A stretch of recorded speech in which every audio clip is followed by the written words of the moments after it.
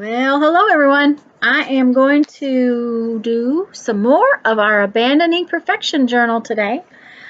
I'm going to start with prompt number 35, which is paint a garden with Q-tips and toothpicks. Of course, couldn't get the paint open, took forever. Don't need a lot of paint, so squished it out on my craft mat. I am painting on paper. I am a piece of scrapbook paper that I am going to glue into my book.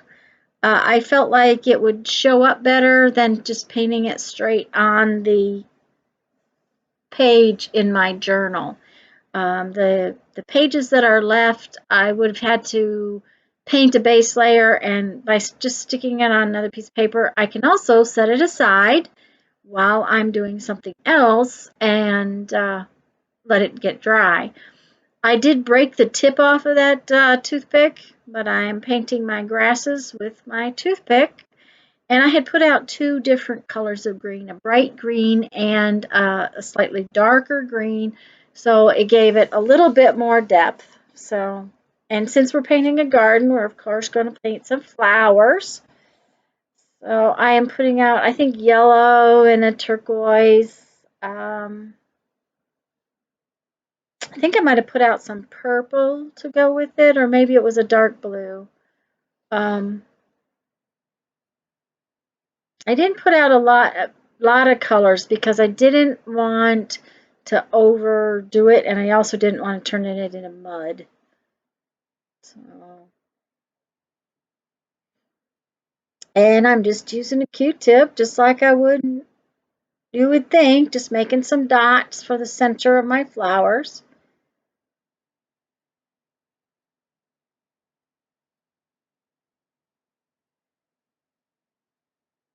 And I just sort of use the Q-tip in these flowers like a brush. I'm just pulling it out, making it a little more elongated than a circle with each thing to make it look like a little flower did it.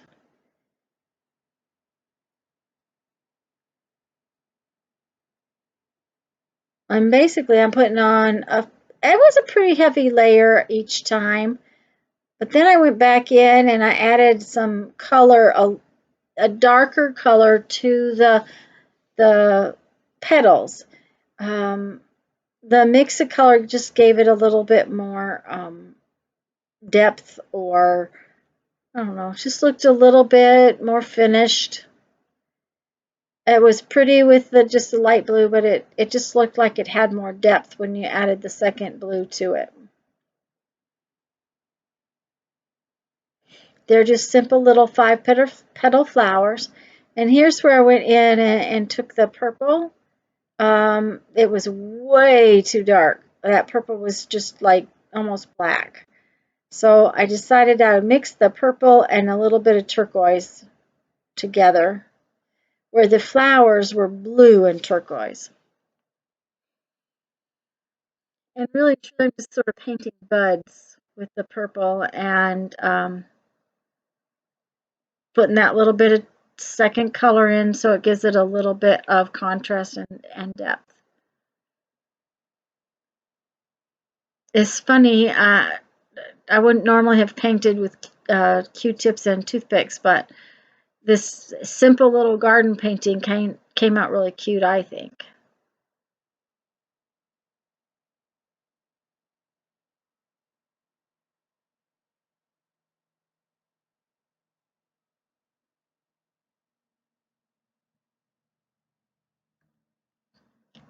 I think I decided it needed a little bit of leaves. Yeah. Not a lot, just a little something to make those long stems kind of fluffier.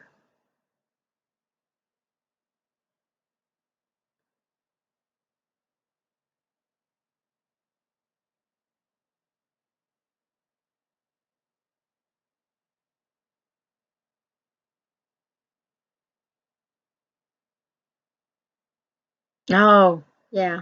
There's paint left on my craft mat, so I just took one of those little composition books and squashed it all over my page.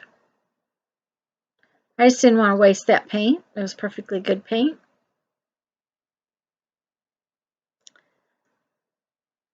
But now I have to clean up the mess so that I can go on to the next prompt.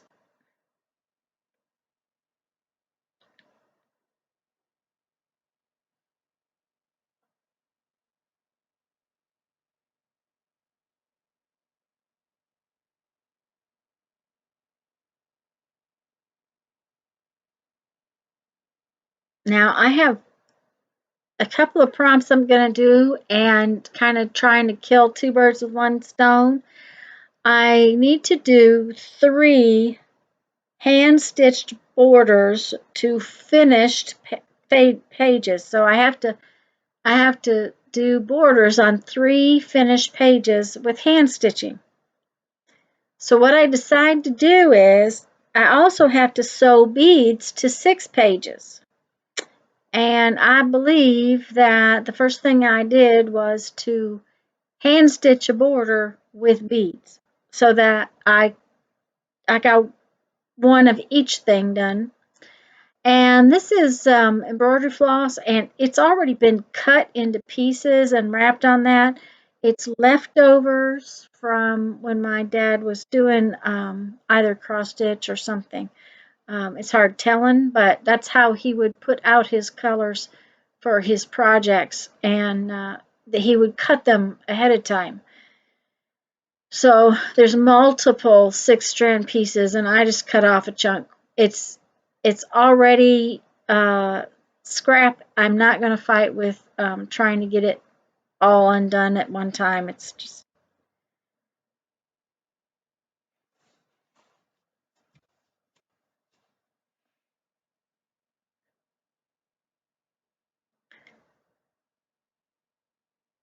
But one of the things about stitching on paper is that you can't just expect a knot not to come through. So I just left a tail and I stitched it. And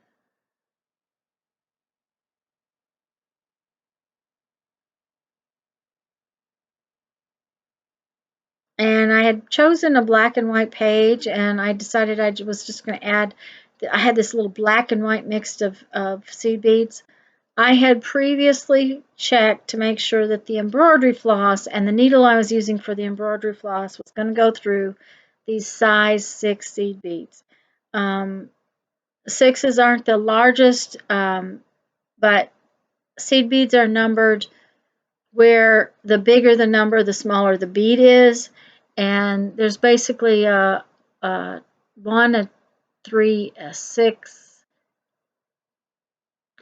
10 or 11, 8. There's 8s in the middle of that, and 10 or 11, and then a 15.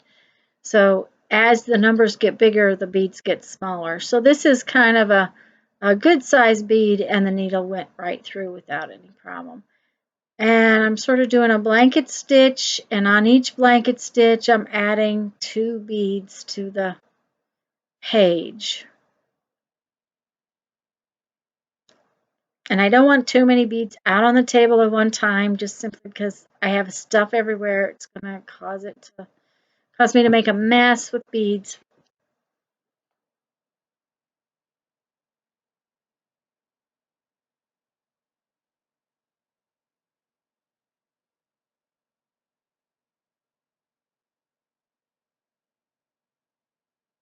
This, however, does take some time.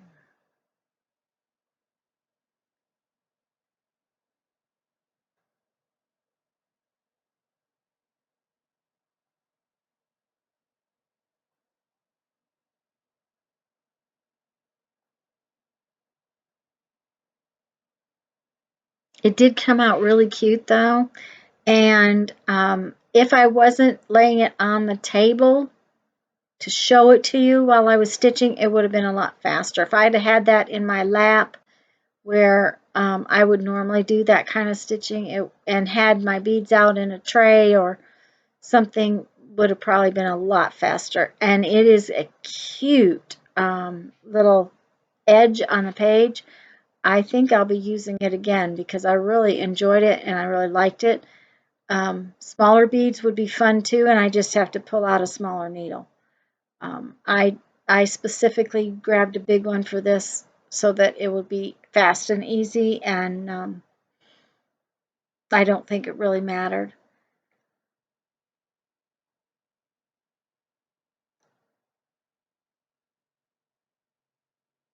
And I don't think you can tell, but there's a mix of white, black, clear, matte, shiny kinds of beads. There's also one that's iridescent in that mix. So it's very definitely a black and white mix. And I used red thread, so the thread sort of stands out. It's kind of nice on the back page too. So that's one of the things about a hand stitched border is that it's going to show on both the front and the back of the page. So you have to think about it matching both pages. This is abandoning perfection. It wouldn't have mattered, but in this instance, I did think about it when I was choosing my thread.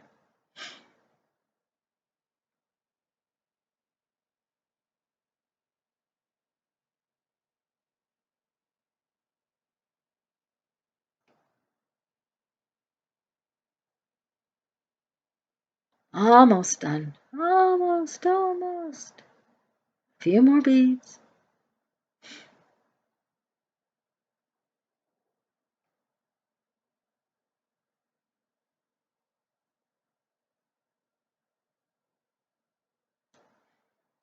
Now, I wish I had cut myself a little bit more thread. I do not like working with a short piece of thread, and it would have been a little easier had I had a slightly longer piece. But I made it. I got to the end, was able to tie it, and that's all that matters.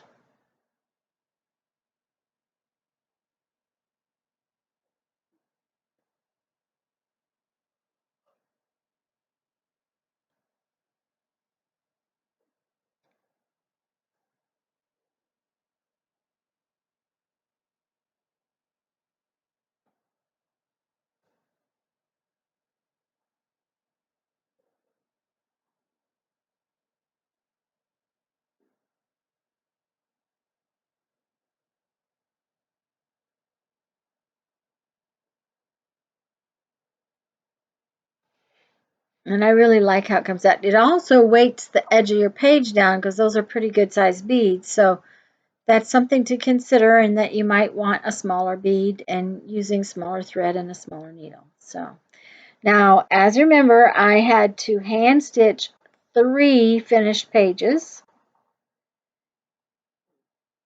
So the next page I'm going to do, I am just going to stitch on it. I'm not going to try to add any beads or anything. I'm just going to stitch, but there again, I chose pages that were black and white, and I'm just going to stitch a red sort of cross stitch design on that. Basically, it just means I make a diagonal going one direction, and then I come back and make a diagonal going another direction.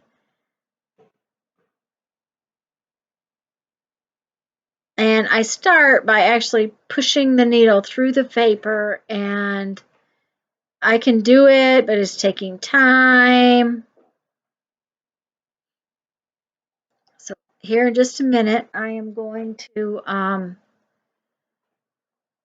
grab hold of my hole punch. I have this little tiny itty bitty hole punch. It's about a 1/16 of an inch, and about every 1/4 of an inch or so, I'm just going to punch a hole. It just made it so much faster than trying to stick that needle through that piece of paper. So it just was just one of those things that now it was the other thing was is there's 3 layers of paper there. There's a scrapbook paper on the back side, there's a scrapbook paper with my drawing on the front side, and then there's the page itself. Somehow or another, if you didn't realize, I had just gone through my stitch the wrong direction, so I had to unstitch it and rethread my needle. That's what happens when you try to go too fast.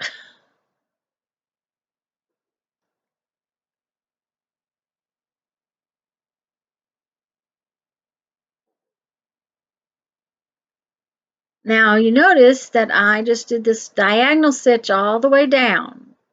And I stitched back through the same hole once, and then as I go back up, it gives me this sort of like V cross-stitched kind of thing. So it's a pattern I've used before in other projects, and it works really well.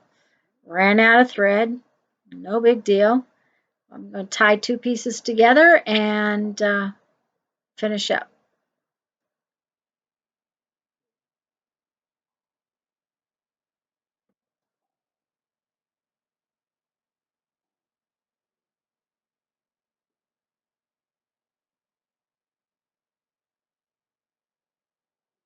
And I just left the threads hanging there because I kind of like the little dangly threads. I just wanted to pull them out of the way so that they weren't tangling up in my next stitches. Now, if you didn't notice, I did not tie my thread at the very beginning of the stitching. The one at the top, I didn't tie. So what happens is that when I finish, I will tie the thread that's on my needle to that thread up there, and it'll tie the two of them together. So I get to make one knot instead of two knots, and it works out real well. And like I said, I have done this stitch when I was more careful and made it more evenly spaced. But I really like that little V edge to it. It looks cute. Looks kind of like you sewed with a sewing machine off the edge. And it shows up. It makes a nice little edge to it. So. Okay, we've got one more hand-stitched border that we've got to do on another page, and that'll make our 3 hand-stitched borders. It's kind of like, oh my goodness, Tanya, one more border. All right, okay. So I'm looking for a piece of ribbon because another thing I'm supposed to do is to add ribbon to 5 pages. Whether they're finished pages or whether they're unfinished pages, I have to add ribbon to five pages. So I thought I would just add a piece of ribbon with hand stitching and again kill 2 birds with 1 stone. Now I can already tell you that since I've only stitched one of the sets of beads to pages, I'm not going to be able to finish the beads. And I'll only do this one ribbon, so I probably am not going to get everything finished. Now I did decide I was going to use regular thread to stitch this ribbon on.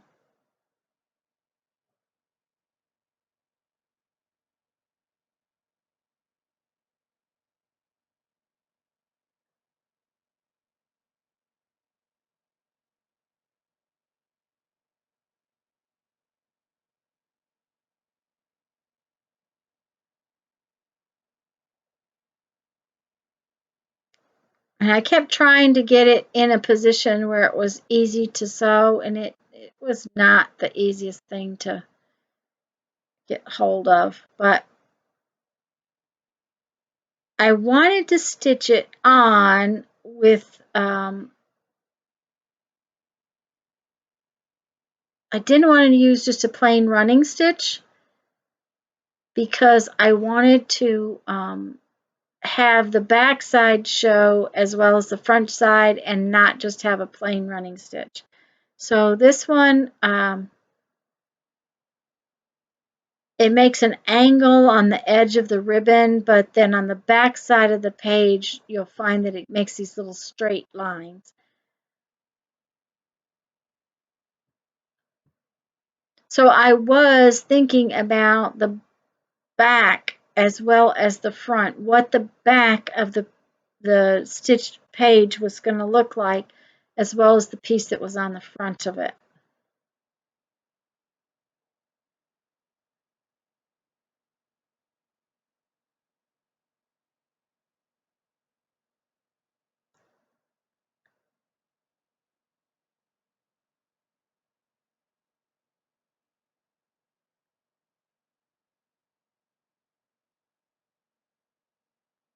And this is a fun piece of ribbon. It has little flowers on it.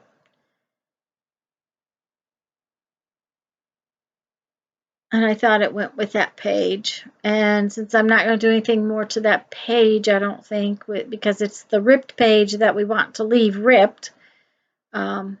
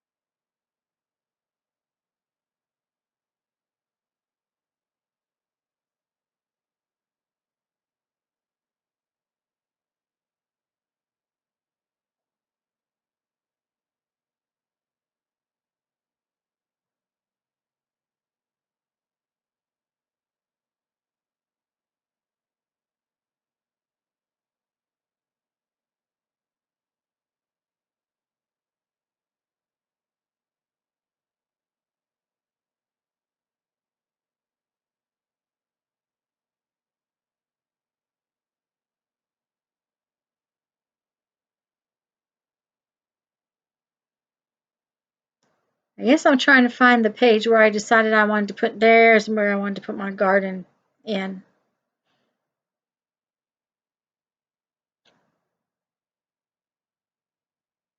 Now that page, on the other side of it, I had to erase holes all the way through the page. So there is actual holes through the page.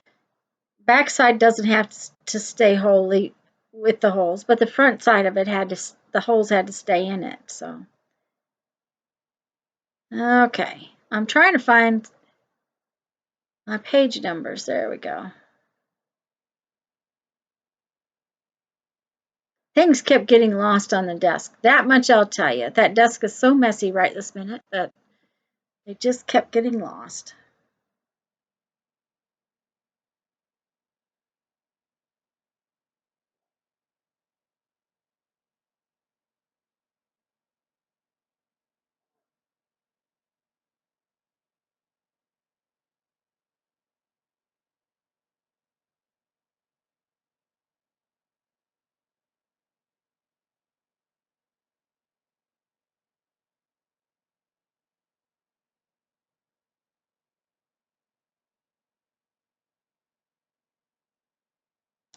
And I'm just going through and putting some page numbers on some of the ones I have finished and hadn't gotten the page numbers on.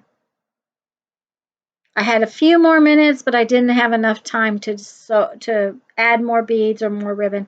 I'll have to finish adding the ribbon and sewing the beads on the pages next week. I think I have 4 more pages to add ribbon to and 5 more pages to add beads to. So it's going to take a little bit, and that's okay. I don't mind. I realize I just don't have the numbers I need to finish up. Oh, this is where I realized I messed up and put the wrong number on that page, and it's not coming off. So I decided I would just glue the right number over the top of it,